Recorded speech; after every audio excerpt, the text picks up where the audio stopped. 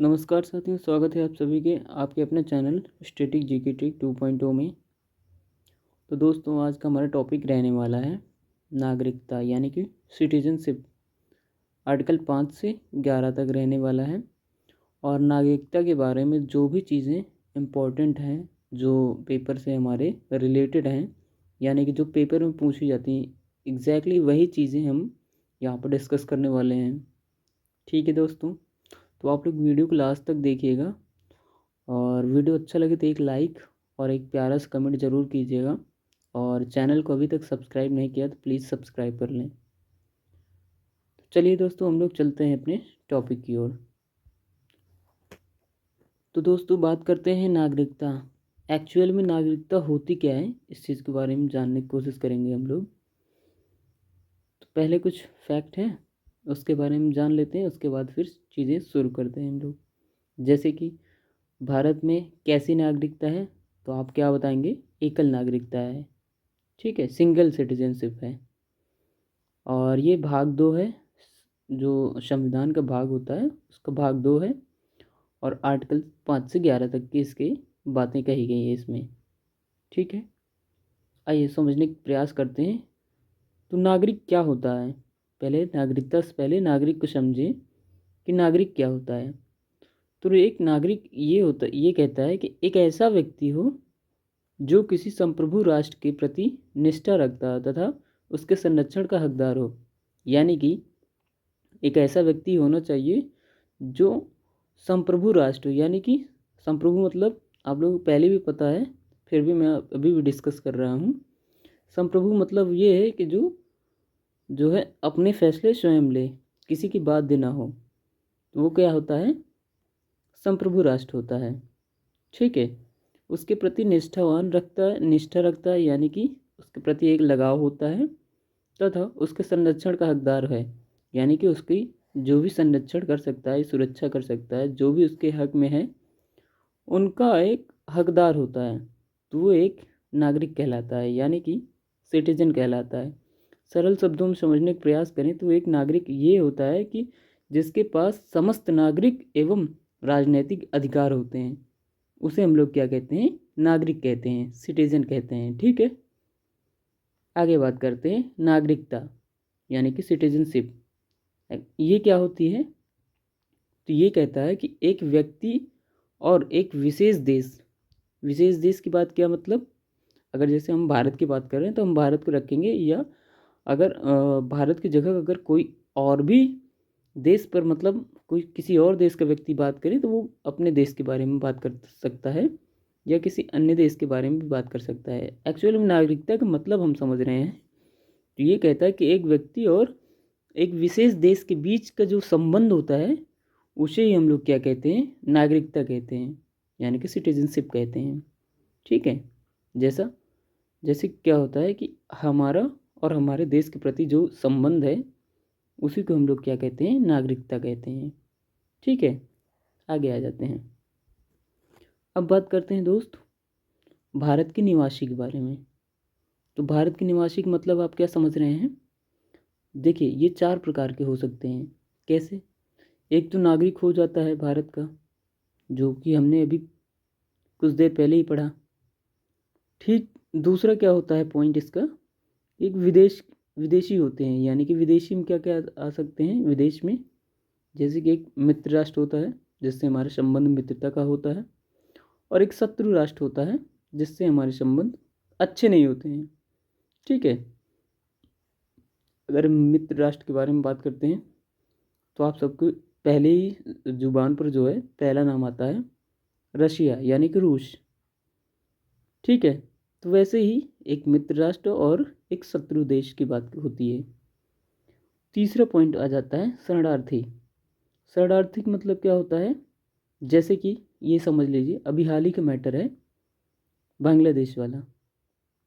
तो बांग्लादेश में कुछ जो परिस्थितियाँ ठीक ठाक नहीं थी, उनके द्वारा जो वहाँ से लोग पीड़ित होकर भारत में आते हैं और सरकार से शरण मांगते हैं, उन्हें हम लोग क्या बोलते हैं? शरणार्थी बोलते हैं।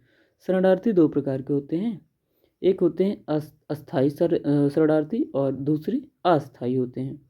अस्थाई का मतलब क्या होता है कि जैसे अभी कोई बांग्लादेशी आ रहा है और वो प्रॉपर रहने के लिए भारत में रुक जाए, उसे क्या बोलते हैं? अस्थाई शरणार्थी, यानी कि परमानेंट रहने लगे। और एक होता है अस्थाई शरणार्थी, मतलब जैसे अभी बांग्लादेश में समस्या चल रही हैं, विवाद चल रहे हैं, तो उसके अनुसार कुछ दिन यहाँ रहकर फिर चला जाए वापस, वो होते हैं अस्थाई। ठीक है, जो टेम्परेरी कहते हैं जिसे। अब चौथा पॉइंट होता है अवैध प्रवासी, यानी कि जो एक फेक डॉक्यूमेंट्स के आधार पर एंटर करता है भारत में या किसी अन्य देश में। हालांकि हम लोग भारत की बात कर रहे हैं तो भारत के बारे में बात करेंगे। अवैध प्रवासी वो होता है जो एक फेक डॉक्यूमेंट्स के आधार पर निवास करता है यहाँ पर। ठीक है, तो 4 पॉइंट आपको समझ में आ गए, ये नागरिक, विदेश, शरणार्थी और अवैध प्रवासी के। अब बात करते हैं दोस्त आर्टिकल की। तो आर्टिकल 5 कहता है, जहाँ से हमारा स्टार्ट होता है 5 से 11, तो आर्टिकल 5 कहता है संविधान के प्रारंभ में नागरिकता। अब इस शब्द से आप क्या समझते हैं? संविधान के प्रारंभ मतलब क्या होता है कि जब संविधान के प्रारंभ का मतलब अगर मैं कहूँ तो आपको एक डेट आ जानी चाहिए, 26 नवंबर 1950, यानी कि संविधान जब स्टार्ट हुआ था, लागू हुआ था। ठीक है, उसी डेट के आधार पर ये सारी चीज़ें बोली जा रही हैं। तो क्या कहा जा रहा है कि संविधान के प्रारंभ में नागरिकता क्या है, कैसी है, उसको समझने का प्रयास करेंगे। तो क्या होता है कि अधिवास के आधार पर नागरिकता, यानी कि अधिवास मतलब डोमिसाइल, अस्थाई आवास, प्लस रहने की इच्छा, उसे ही क्या कहते हैं? अधिवास कहते हैं। ठीक है, हाँ, तो इसमें कंडीशन भी है कि आप कैसे आर्टिकल 5 को सेटिस्फाई करेंगे, उसके लिए कंडीशन है। यानी कि पहली कंडीशन है जिनका जन्म भारत में हुआ हो वो भारत के नागरिक हो सकते हैं, उनके पास भारत की नागरिकता हो जाएगी, या जिनके माता या पिता में से कोई एक भारत में जन्मा हो, यानी कि उनका जन्म हुआ हो, या फिर या तो मदर का या फिर फादर का, उनमें से एक, किसी न किसी एक का जन्म भारत में हुआ हो, या फिर संविधान लागू होने के 5 वर्ष पहले से रहते हों। अब संविधान लागू होने के 5 वर्ष पहले का मतलब आप समझ जाएंगे कि अगर बात करते हैं 26 नवंबर 1950, इससे आप 5 वर्ष माइनस में चले जाएंगे तो 26 नवंबर 1945, इससे पहले से रहते हों, ठीक है, तब आपको भारत की नागरिकता मिल जाएगी। ऐसा कहा गया है आर्टिकल नंबर 5 में। ठीक है, आई होप आपको समझ में आ रहा है। ये तीनों कंडीशन है, ये तीनों कंडीशन में कोई एक आप कंडीशन को सेटिस्फाई कर जाएंगी तो आपको नागरिकता मिल जाएगी। ठीक है दोस्तों, आगे चलते हैं। अब बात करते हैं विभाजन। विभाजन यहाँ पर लिखा है, इसका आप आगे समझेंगे। विभाजन का मतलब कब? जब दो राष्ट्र को मतलब विभाजन हो रहा था, भारत का विभाजन जब चल रहा था उसकी बात कर रहे हैं, यानी कि 15 अगस्त 1947 की बात हो रही है। तो वहाँ पर क्या होता है, आर्टिकल नंबर 6 कहता है कि जो लोग पाकिस्तान से भारत आते हैं वे भारतीय नागरिक होंगे।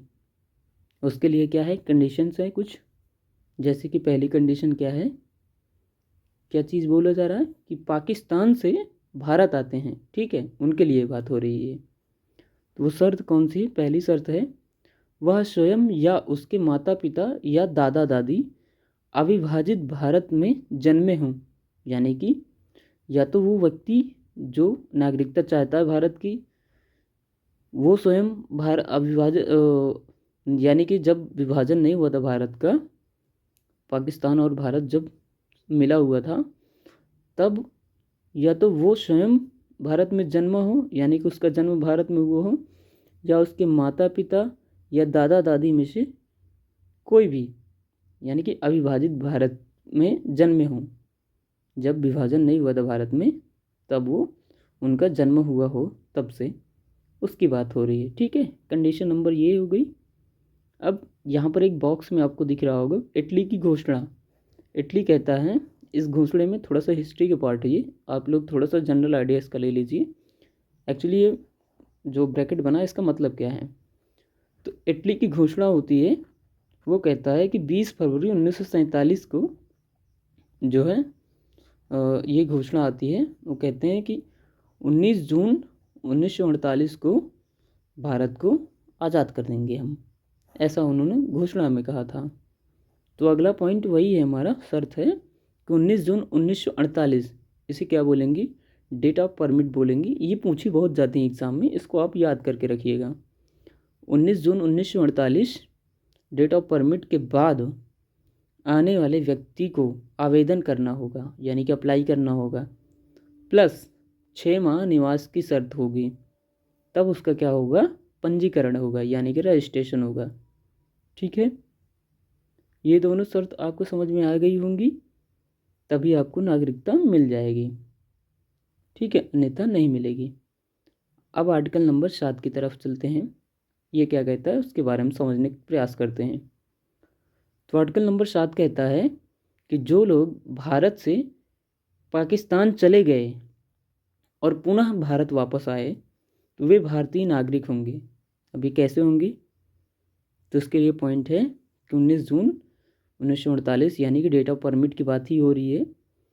उसके ठीक बाद एक पॉइंट है कि 1 मार्च 1947 के बाद पाकिस्तान जाने वाले लोग भारत के नागरिक नहीं रहेंगे। कब की बात की जा रही है, 1 मार्च 1947 के बाद की बात हो रही है ये।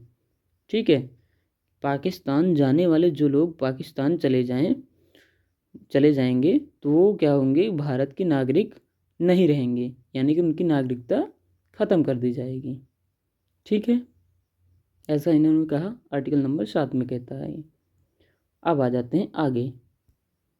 अब आर्टिकल नंबर 8 कहता है कि विदेश में रहने वाले, अभी क्या हो गए कि हमारे पाकिस्तान और क्या भारत के अंदर के जो लोग रहे उनके बारे में भी बातचीत चल रही थी। अब उसमें क्या होता है कि अब विदेश के बारे में थोड़ा सा बात कर लेते हैं। जो उसमें विदेश आपको निवासी के बारे में बता दिया गया था, निवासी जो थे विदेश के बारे में भी बात हुई थी ना, तब उसी आर्टिकल की बात हो रही है, यानी कि विदेश वाले की। तो आर्टिकल नंबर 8 कहता है विदेश में रहने वाले भारतीय उद्भव के व्यक्तियों को नागरिकता देगा। यानी कि क्या कह रहा है कि भारतीय उद्भव के, मतलब आप यहाँ पर क्या समझ रहे हैं, भारतीय मूल के व्यक्ति, मूल मतलब क्या, जड़, यानी कि ओरिजिनल। यानी कि जब क्या हुआ कि जैसे मान के चलिए कि 1800 की बात ले लीजिए या 1900 की बात ले लीजिए। अभी कोई मान लीजिए कि भारत में कोई आदमी व्यापार कर रहा है, ठीक है, वो भारत का ही व्यक्ति हो, ये समझ लीजिए कि भारत का कोई व्यक्ति है और वो अपने ही देश में व्यापार कर रहा है। अब उस टाइम में क्या होता है, जैसे कि आ गई कब वो क्या नाम है हमारा, हो ब्रिटिश गवर्नमेंट जब चल रही थी, ब्रिटिश शासन जब हो रहा था, तो उसमें ये लगा व्यक्ति को कि भाई अब यहाँ पर क्या होगा, प्रॉब्लम होगी हमें। क्यों, क्योंकि वो अपना रूल चलाने लगे थे। इससे क्या हो रहा था, अगले को घाटा या मुनाफा जो भी प्रॉब्लम आ रही थी, उसके बिहेव से उन्होंने क्या किया कि वो अब कह रहे हैं कि भाई इंडिया में हम नहीं रहेंगे, इंडिया में हमारा व्यापार चल नहीं पाएगा, तो हमारा जीवन यापन कैसे होगा। इससे वो या तो जो भी देश में चले गए, या अमेरिका हो गया, कनाडा हो गया, जैसे भी करके वो भारत से बाहर चले गए। ठीक है, तो वो क्या हो गए, भारतीय उद्भव, यानी कि भारतीय मूल के व्यक्ति उन्हें कहलाएंगे। ठीक है, वो तो उनके लिए भी कंडीशन है, क्या कंडीशन है कि पूर्वजों में से कोई भारतीय हो, जरूरी नहीं, पूर्वजों में से, दादा परदादा दादी परदादी कोई भी, मतलब उनका एक रिलेशन होना चाहिए कि भारत में कभी ना कभी तो कोई ना कोई उनका रहा होगा, भारतीय यानी कि नागरिक हो। ठीक है, तो उसके अकॉर्डिंग ये चीज़ें शर्त रखी गई कि आपके पूर्वजों में से कोई भारतीय होगा तो आपको नागरिकता मिल जाएगी। उसके लिए क्या करना पड़ेगा, आवेदन करना पड़ेगा आपको। आवेदन कैसे करना पड़ेगा कि भाई जो एम्बेसी होती है, यानी कि दूतावास होती है, जैसे मान के चलिए कि हमारी एम्बेसी जो है वो अमेरिका में है भी है, यानी कि अन्य सभी देशों की मतलब सभी देशों में देशों की एम्बेसी होती है किसी अन्य देश में, ठीक है। क्योंकि वो एक क्या होता है कि जो देशों के दो देशों के बीच संबंध होता है वो एम्बेसी के द्वारा होता है। तो आपको क्या करना पड़ेगा कि आवेदन करने के लिए एम्बेसी में जाना होगा और सारी चीज़ें फिल करनी होगी। उसके बाद वो अगर एक्सेप्ट करते हैं तो आपको नागरिकता मिल जाएगी, ठीक है। समझ में आ रही होंगी बातें। आर्टिकल 8 क्या कहता है ये आपको समझ में आ चुका होगा। अब बात करते हैं आर्टिकल नंबर 9 की बात। 9 में क्या कहा गया है, जो व्यक्ति स्वेच्छा से अन्य देश की नागरिकता ग्रहण करेगा, यानी कि अपनी इच्छा के अनुसार किसी अन्य देश की नागरिकता ग्रहण करेगा तो उसकी भारतीय नागरिकता स्वयं समाप्त हो जाएगी जब जिस डेट पर वो व्यक्ति किसी दूसरे देश की नागरिकता को एक्सेप्ट करेगा तो उसकी उसी डेट से भारतीय नागरिकता समाप्त कर दी जाएगी, ठीक है। अब बात करते हैं 10 आर्टिकल नंबर 10 की। कहता है संविधान प्रारंभ के समय, अब आपको समझ में आ रही होंगी चीज़ें कि संविधान प्रारंभ का मतलब क्या, 26 जनवरी 1950 की बात हो रही है, ठीक है। तो संविधान प्रारंभ के समय बने नागरिक आगे भी भारतीय नागरिक रहेंगे, यानी कि इनका मतलब ये कहने का मतलब है कि ऐसा तो नहीं कि अभी हमें नागरिकता मिल जा रही है, बाद में ऐसा कोई नियम आए कि भाई संसद जो है ये कह दें कि नहीं आपको नागरिकता आपकी नष्ट हो जा रही है, यानी कि ख़त्म कर दी जा रही है अब, तो ऐसा नहीं होगा। आर्टिकल नंबर 10 यही कहता है उसके रोकथाम के लिए कि संविधान प्रारंभ में समय बने नागरिक आगे भी भारतीय नागरिक रहेंगे ही, उनमें कोई दबाव या प्रेशर या फिर कोई भी चीज़ें की समस्या नहीं आएगी, आपकी नागरिकता के सवाल नहीं उठाया जाएगा, नागरिक होने का सवाल नहीं उठाया जाएगा और ना ही आपकी नागरिकता को समाप्त कर दिया जाएगा, ठीक है। हाँ, कुछ चीज़ें होती हैं जो नागरिकता समाप्त करने की, वो आगे पढ़ेंगे हम लोग। अब आर्टिकल नंबर 11 पर आ जाते हैं। 11 क्या कहता है कि नागरिकता के अर्जन या समाप्ति की विधि। अर्जन मतलब या तो हम ले रहे हैं या फिर हम समाप्ति की विधि, जो भी विधि हैं नागरिकता प्राप्त करने की और समाप्ति की जो विधियां हैं बनाने की शक्ति संसद के पास होगी। संसद के पास होती है इसकी नागरिकता बनाने और समाप्त करने की विधि जो होती है, शक्ति होती है, वो संसद के पास होती है, ठीक है। आगे आ जाते हैं। तो जो पावर संसद के पास होती है नागरिकता की अर्जन और समाप्ति की, वो कहाँ से लिया गया भाई, 1955 में नागरिकता अधिनियम से द्वारा ये बातें कही गई थी। अच्छा, 1955 में नागरिकता अधिनियम आया था तो संशोधन जो है उसमें छः संशोधन कुल हुए हैं। कौन कौन से हुए, कब कब हुए, ये भी बात आपको पता होनी चाहिए। पहला संशोधन कब हुआ है, 1986 में, दूसरा 1992 में, तीसरा 2003, चौथा 2005, पाँचवा 2015 और छठा 2019 को, ठीक है। अभी आपको 2019 में एक मैटर दिखा होगा CAA, ये सारे के सारे CAA हैं। 1986 का CAA, 1992 CAA, 2003 CAA, ये सारे के सारे CAA हैं। CAA सिटीजनशिप मतलब क्या होता है कि कॉन्स्टिट्यूशन अमेंडमेंट एक्ट, यानी कि भारतीय संविधान संशोधन अधिनियम, ठीक है। इसको ये कहा जाता है, CAA का फुल फॉर्म होता है ये। अब बात करते हैं नागरिकता अधिनियम 1955 की। तो इसमें क्या होता है, अर्जन यानी कि प्राप्त करना, नागरिकता प्राप्त करने के 5 तरीके हैं और समाप्त करने के 3 तरीके हैं, ठीक है। उसको चार्ट वाइज देख रहे हैं ये। जैसे अर्जन की बात करते हैं, पहले 5 तरीके कौन कौन से हैं जिसमें हम नागरिकता को किस प्रकार से हम प्राप्त कर सकते हैं। तो पहला है जन्म के द्वारा, दूसरा है वंशक्रम या फिर रक्त संबंध से, ठीक है। तीसरा है पंजीकरण द्वारा, चौथा है देशीकरण द्वारा और पांचवा है क्षेत्र अर्जन द्वारा। उस समाप्ति में 3 तरीके हैं, किस 3 तरीके से हम समाप्त कर सकते हैं नागरिकता, ये कहा जाता है। पहला है त्याग कर, यानी कि त्यजन कहते हैं इसे, ठीक है। दूसरा निरसन, यानी कि समाप्ति। तीसरा वंचित होना, सारे ज़्यादातर वंचित के केसेस मिलते हैं आपको समाप्ति में। इसके बाद जो भी चीज़ें बची हुई हैं हम करेंगे नेक्स्ट वीडियो में, ठीक है दोस्तों। वीडियो कैसा लगा, एक लाइक और एक प्यारा सा कमेंट, कोई सुझाव है आप दे सकते हैं कमेंट के माध्यम से। और जिन्होंने चैनल सब्सक्राइब नहीं किया है कृपया करके चैनल सब्सक्राइब कर लें, जिससे आगे की जो भी वीडियो हैं वो आप तक पहुंचती रहें, ठीक है दोस्तों। तो मिलते हैं दोस्तों नेक्स्ट वीडियो में, तब तक के लिए नमस्कार, जय हिंद।